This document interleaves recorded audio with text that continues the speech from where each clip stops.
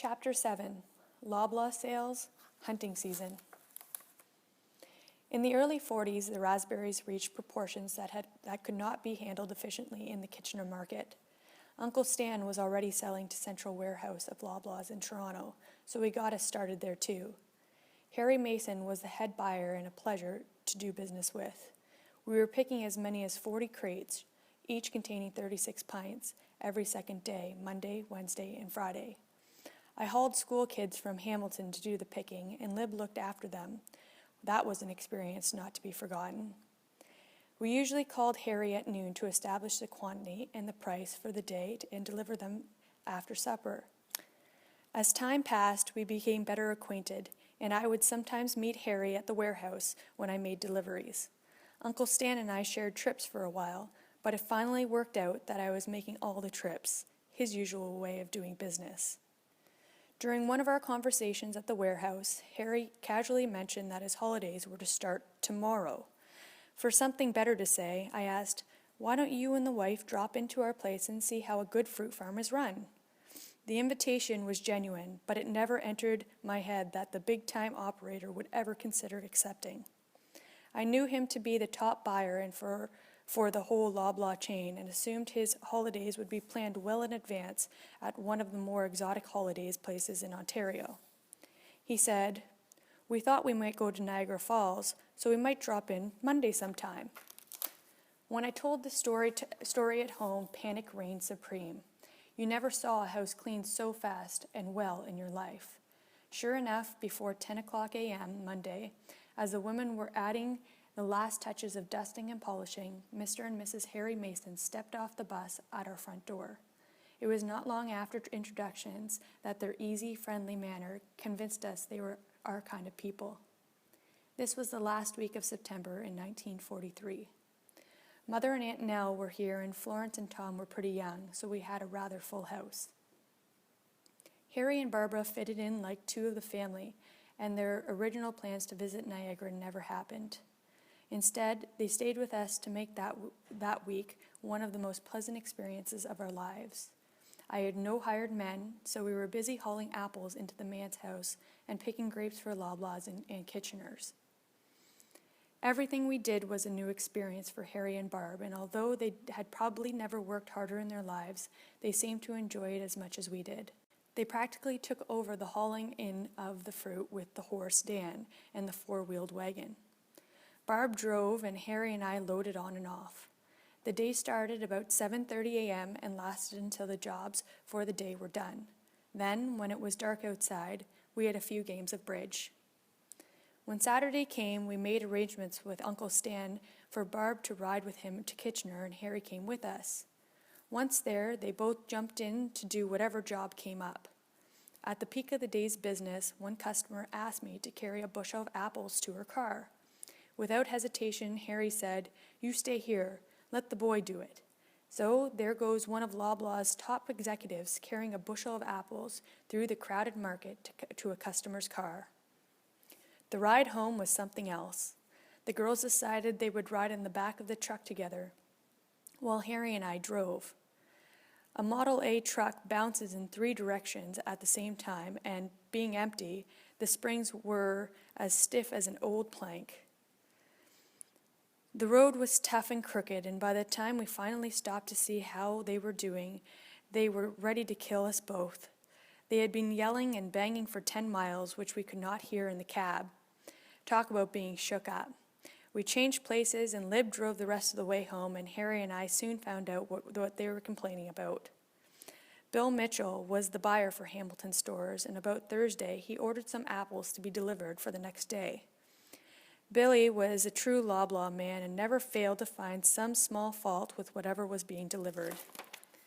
The bushels were not full, too many green ones or small ones, etc., etc. He was difficult to please and impossible to satisfy, a good man but over-enthusiastic about his job. Harry insisted that he come with me for the delivery, so we covered all the other stores before going to 325 King Street East, which was head office and run by Bill. As usual, Bill was there to greet me with the average amount of complaints as I put the first bushel down on the floor. He was getting along just fine when he spotted Harry wearing Aunt Nell's old straw hat and carrying the second bushel, his big boss from Toronto office. After a couple of double takes, Bill's mouth dropped wide open, and for once, he was short of words. Harry burst out laughing at the expression on Bill's face, and it was a minute or two before Bill felt free to join in. Funny thing, from that day on, the complaints were cut to a bare minimum. On one of our sightseeing tours, Harry lost the old straw hat over the edge of the Devil's Punch Bowl and threatened to climb down after it. Harry's act was really convincing, and the girls were almost sure he was going to climb down the first 20 feet of a 400-foot drop. Our regular program included a movie in Hamilton after every Good Saturday market, but that is where the Masons drew the line. They were just too pooped to participate, so we played bridge for a while. Sunday, I had the pleasure of driving them to their home in Toronto. This was the first of many visits that followed. Harry was called up in the Army draft the next year, and Ed Rainey filled his job. Ed was a Jew-type buyer with no consideration for fair play or past performance. He bought everything for as little as possible, and from me only when he could get it from no one else. Luckily, Jim Page was the new head man in Hamilton, a real gentleman and a top merchandiser. We got along just great, and I switched the bulk of my sales to Hamilton stores. Let's go back a little. It must have been in '44 that Harry called in on business at the beginning of the plum harvest. Loblaws needed plums. He asked how much the average price was likely to be going to market. I reviewed what had happened during the last few market days and decided that 38 cents per 6-quart basket would be close to that price. The next question, how many will you have to sell? Boy, there's a dandy. Anything can happen before you could get them picked, and anyway, who knows how many there are now. I suggested there could be 5,000 baskets. Harry simply said, I'll take them and pay you 38 cents minimum, and whatever price above that wholesale might climb to. How could you have got a better deal? Well, that was the end of my marketing days. Harry paid as high as 60 cents and never went below the promised 38 cents, with the exception of a few tons of grapes. He took nearly everything we produced. Some of my more reliable grape customers continued to come to me for grapes to be delivered in Kitchener by the bushel or by the ton. I was never required to weigh them on delivery because they relied on me to crowd 50 pounds in each bushel, quite a tribute to my honesty. When Harry was discharged from the Army, Ed Rainey had become solidly entrenched in Loblaws, and Harry was given jobs far beneath his capabilities. He accepted an offer from Kelly Douglas Grocery Train in Vancouver, and we did not see them again until we visited BC in 1965. More about that later. Jim and Marge Page became close friends, and I continued to deliver fruit to Loblaws in Hamilton for several years. Jim and Marge were not the social type, but very fine people, and were honored to be included in their small circle of friends, and especially honored to be chosen as godparents to one of our children. In business, Jim's word was as good as a written contract, most cooperative and always willing to try something different. We even tried selling the choicest bunch of Niagara grapes, wrapped individually in red tissue paper. The difficulty was in the handling of such a tender fruit, both in the store and after the customer had bought it. One fall, after all the harvest except apples was over, there was a severe windstorm that nearly stripped what apple trees were not picked. When Jim heard of our plight, he came up with a suggestion: let's sell cider. Something new and different for Loblaws. Jim had all the gallon and half-gallon glass jugs made ready for me to pick up at each of his stores, and we ended up with a whole truckload. Took them home and washed and rinsed each jug in preparation for delivering them full of cider. The closest cider mill was in St. Jacobs, north of Kitchener, so we loaded the truck with windfall apples and took them to Martin's mill. Mr. Martin loaned me 9 40-gallon wooden barrels to bring the cider home. We siphoned the cider into the jugs, and I delivered them to each store. Jim paid me 40 cents per gallon and 25 cents per half-gallon. If you discounted the work involved, we were getting more for cider apples than for hand-picked apples, considering that there was about 3 gallons to the bushel. Cider sales were great. In fact, I had difficulty keeping up to deliveries. Then one Monday morning I answered the phone to be greeted by, "What in the hell did you put in that cider? Dynamite?" It had to be Jim, although he was so excited his voice was hard to recognize. Being a novice at the cider game, I did not realize it would begin working before we could sell it. I had made several deliveries to each store, and it is highly possible that 1 or 2 bottles still remained from the earlier deliveries. The stores were warm and the bottles were sealed tight, an explosive situation. Nearly every store had at least one go bang. No wonder Jim was excited. By this time, those who are interested began to realize this cider will make hard cider rather quickly, and sales boomed. Luckily, the first batch was sold out, and when I got the second batch made, we added Cider Keep, sold by Park and Park drugstores. Sales lasted as long as the apples, so we were sold out completely. It must have been in 1945 that we had the worst spring I can remember. It was warm quite early, and just as the blossoms were wide open, the weather turned cold again. We had snowstorms to boot, and it was a sad thing to see trees in full bloom covered with an inch of snow, which remained for over a week. Needless to say, there was no fruit at all. Grapes and black currants, which always blossomed 3 weeks later, produced the only fruit for that year. I had a few pigs in the barn, certainly not enough to make a living from, so I took a job hauling live chickens, using my trucks, for the Jewish people then operating in the old terrace building. They bought chickens within a radius of 150 miles, so by starting early, we could make the return trip the same day. The pay was not that great, but it beat trying to sell frozen blossoms. Jim Page helped too by hiring me to deliver potatoes from boxcars to the stores. Potatoes were imported from BEI, and most cars purposely had 8 to 10 bags more than the shipping bill called for. Jim told me later that I was the first trucker that actually delivered the extras to the stores. Luckily I did, because I finally struck one that was short, and I received no argument at all, not even from Billy Mitchell. Harry got Jim a better job with Kelly Douglas in BC, so he went out of our lives for several years also.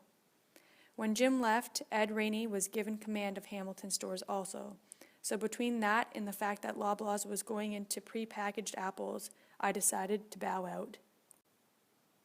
Our hunting trips became more important as each year rolled around. Lauren Lee continued to look after all the arrangements as regards location, transportation, the number of people going, groceries, etc., until his death in 1954. Being in the hardware business and also selling farm implements and spray machines, he seemed to have good contacts with people who knew where one could rent accommodations in the hunting areas. Sometimes he could do the renting by mail, but usually it was necessary to make a trip up there in August or September. I accompanied him on a few of those trips. We hunted from the Stormy Lake camp near Restoule in 39, 40, 41, and 42. That area became too crowded with hunters, so we went to a lumber camp at Comanda, owned by Charlie Schwartz. Murray Burnham joined the group when we were there. Our equipment included a collapsible sheet metal cook stove, which would burn wood. That was a handy-dandy outfit with oven and all. Elmer Wilson was our volunteer cook, and a good one, but we had difficulty getting him out of bed to prepare breakfast nearly every morning. Jim Corman decided this was holding us up too much, so he took on the job one morning. He was up first by an hour, and after lighting the gas lanterns in the stove, the first thing he did was break 16 eggs into the oversized cast iron skillet. It must have been at least 2 hours before we sat down to eat, and those eggs were just like rubber. It required a sharp knife and a lot of effort to even separate them in the pan, let alone eat them. It served one purpose. Elmer was out of bed much earlier for several mornings. I don't think Jim has ever lifted a skillet since, certainly not in the hunt camp. This hunting was much more level than Stormy Lake, and there were ridges that seemed to run in the same general direction, only 10 or 12 feet high, which made it easier to maintain a course. Our program was to walk to the far end of our area, about 3 miles, form a line, and head towards camp. As we tried to be about 100 yards apart, we very often lost sight of the one on either side of us, as no two people walk exactly the same speed, It was easy to be out of contact for an hour at a time, even though we all relied heavily on a compass. It happened while I was between Lorne and Jim, both faster walkers than I, that I nearly stayed out overnight. We had stopped several times during the day to chat or enjoy a chocolate bar together, and it was now past 3:00 p.m.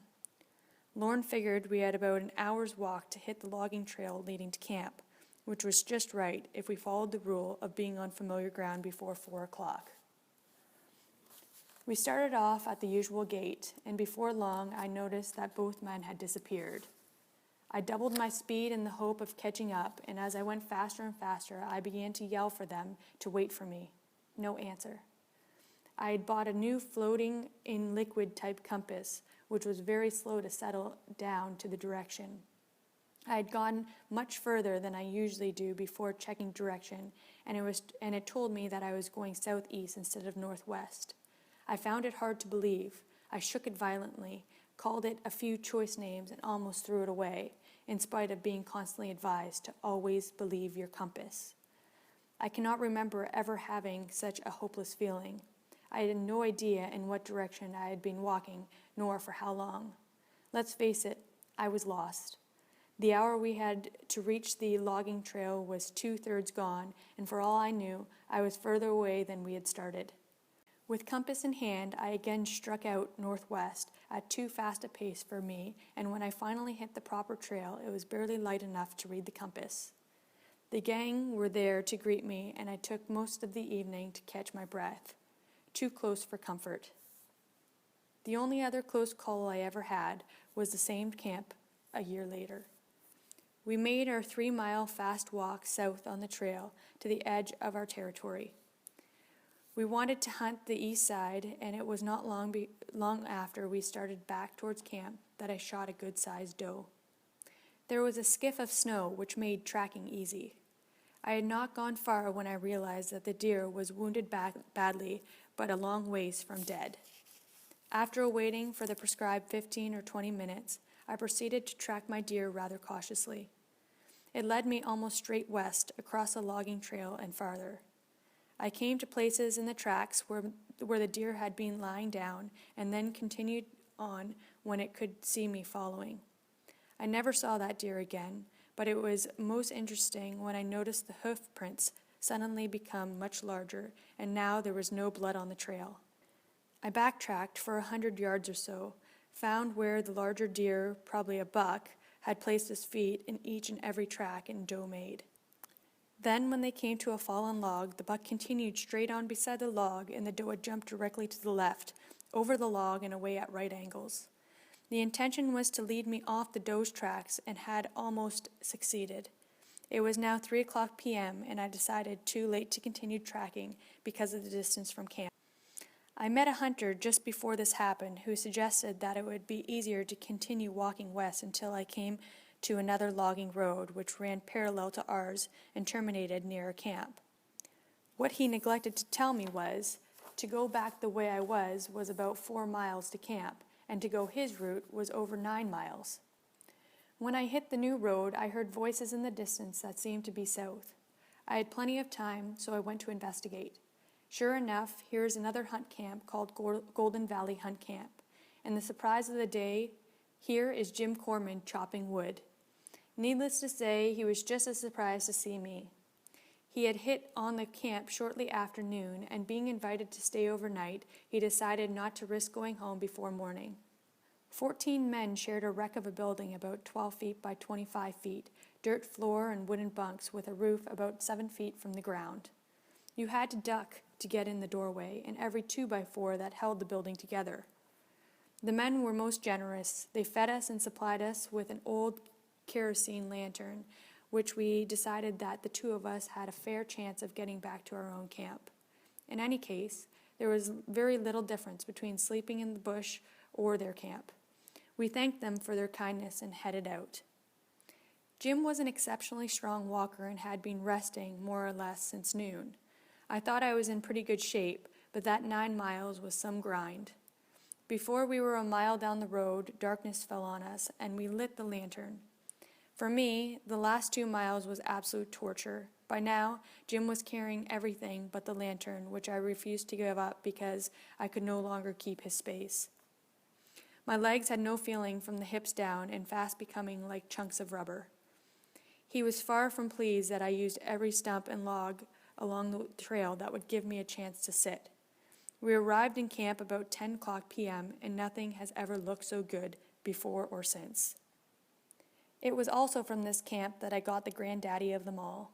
Alan Lee was the only one close enough to respond to my whistle after shooting the big buck, and until he saw it, I did not realize that I had such a trophy. It was surely fun to hear him tell about the struggle we had getting him on top of a small pile of pulp logs that happened to be hereby.